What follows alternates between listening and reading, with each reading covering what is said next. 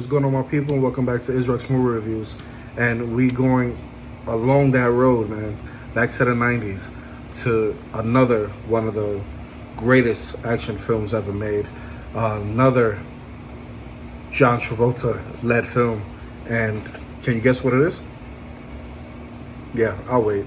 No, we don't got the time to wait, right? It's time. You already know, we're talking about Face Off back in the 90s, 1997. And this is another John Woo film, one of the greatest action films to me ever made. Till this day, if they was to give a remake or a reboot or a sequel, it'll be to this film. Although it does not need a reboot, a sequel would definitely be in order since both actors are still alive. And Jesus Christ, let's get straight into it. John Woo, to me, knows, if anybody, how to make not a good, not a great, but a magnificent, stylish action film. You know, we know him now as, you know, part of the Fast and the Furious franchise and a lot of other movies that he makes that are very obvious, right? In the direction he takes on movies, you're like, oh, this is a John Woo film. And this was his second movie. So that's exactly what this film is and was and will always be. Good, cool, stylish. This action was a little different because it wasn't just action. There was a lot of acting involved in this film, and the plot to me was pure gold. It was great, you know, fairly psychological and quite interesting, especially now looking at it, especially after rewatching this film. I was like, wow, they were ahead of their time in many ways. It has a fast and kind of even pace to the film. I don't think it's more than 30 minutes that passes at any point in the movie without a very action scene or big scene in the film. I think all in all, I'd guess there are about maybe 4 or 5 major shootouts in the film. There's 2 chase scenes that are about 7 to 10 minutes long. The action is definitely there. Everything, for the most part, to me, doesn't get repetitive. I think it's very genuine. The film just keeps going. The acting is excellent. Every single major part of this white plate film is led by John Travolta and Nicolas Cage. Those two together, I don't know who put them together, but goddamn, it was just a straight godsend. You know, they respectively did their thing. The acting in this movie is excellent, and not only just with those two, but with the rest of the cast. You know, every single major part is well played. John Travolta, Nicolas Cage, Joan Allen. You know, you have Alessandro Nivola in this film, Gina Gershon, sexy Gina Gershon, Dominique Swain. I think all give great and entirely believable experiences, performances. The best are definitely, obviously, the two that stand out, which are Travolta and Cage. Fantastic, truly, I think, stellar performances. The best are definitely them in their counterpart roles. You know, the characters to me are very stylish. They're well written. You can tell they're very credible in their craft. Right down to the most minor note of the film, you can tell that they really studied each other. They definitely studied that script, and I think John Woo took them in a different direction compared to what probably both actors probably even thought. You know, the theme of the film is great. There's a dynamic between John Travolta's character and his daughter in the film, which I love. And when that switches up, it becomes very, very uncomfortable, but in a good way for the film. Very fun to see. And of course, the story to me is completely unlikely, you know what I mean? But nowadays, it could be very true, you know what I mean? We have a lot of science. I'm sure they could pull off what they do in this film, which is swap faces. With this face switching thing and all, I couldn't get past that when I first saw the film. Like, it's not believable. But the world we live in today seems like everything and anything is possible. So, you know, I take that back in a heartbeat, right? Once you suspend belief, I think the movie just takes on for you. You'll most likely enjoy the film thoroughly after, you know, you get through that, if that bothers you at all. And what's cool is the fast switching of the pacing in the film.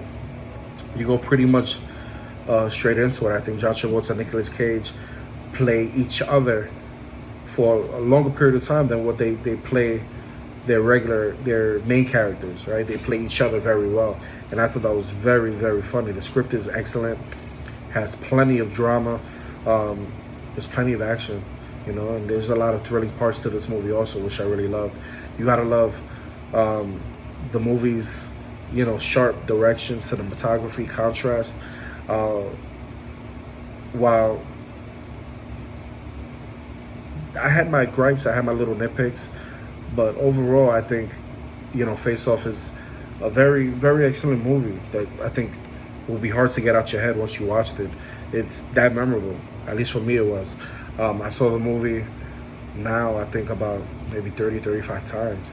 And the performances in this had to be one of the most finest performances that you're going to find in any movie when it comes to having two characters and performances that these two gave. And this movie came right after, for John Travolta, right after Broken Arrow, which he played a villain. And even though he plays one of the main roles as a good guy, he also plays the villain. And I just love the transfer back and forth between him and Nicolas Cage. I think, no one will believe that he was Castor Troy and Sean Archer's body. The movie to me was crazy. Watching the two actors swap their exaggerated impersonations of each other and their different acting styles, and the character tics is all part of the fun. And when you watch the movie, you'll understand what I'm saying by tics. Nicolas Cage has his own kind of dynamic. John Travolta has his own kind of dynamic. And when they switch, it's like it's seamless. John Travolta, to me, vamped up Nicolas Cage's quirky mannerisms and flamboyant excess with the grace of a fucking dancer, bro. The way he coasted. And the transformation from cop to master criminal for Nicolas Cage, to me, was on point. Bottled up agent, trapped behind the face of a man who killed his son. His attempts to live up to the terrorist reputation become kind of cathartic. It's a very cathartic experience for him, with violence, with both thrill and terrify him. This movie to me was merely icing on the cake for any action fan. The dramatic backbone for some of the most visceral action movies, I think, of all time, to ever hit a movie theater in general. John Woo fills the screen with not one, not two, not three, but just back to back to back, non-stop set pieces after one another, bringing a poetic grace to the action scenes, and kind of a freak experience, man, with sweeping the camera work and kind of a sophisticated editing. He's just awesome when it comes to the back of the camera. This marriage of melodrama and mayhem, it ups the ante from Broken Arrow, from cops and robber kind of cliche films, to a conflict where, things could be a little near mythic in the levels. But, this movie's rated R. This movie is outstanding film. This movie was nominated for an Oscar for the sound effects editing team, and it's just one of those classics that you definitely got to go that you definitely got to go see. I give this movie almost a 9, man, 8.5 out of 10. It's just one of those fun films, man. Just going back to a lot of the different roles I know I'm leaving out,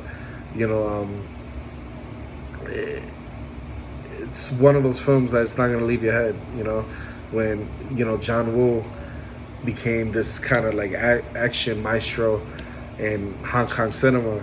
Working with him was, according to a lot of actors back in the 90s, was the top of his game. He transforms these violent action cinemas into kind of these ballets of blood-soaking films with bullets that matches emotional intensity behind characters and drama.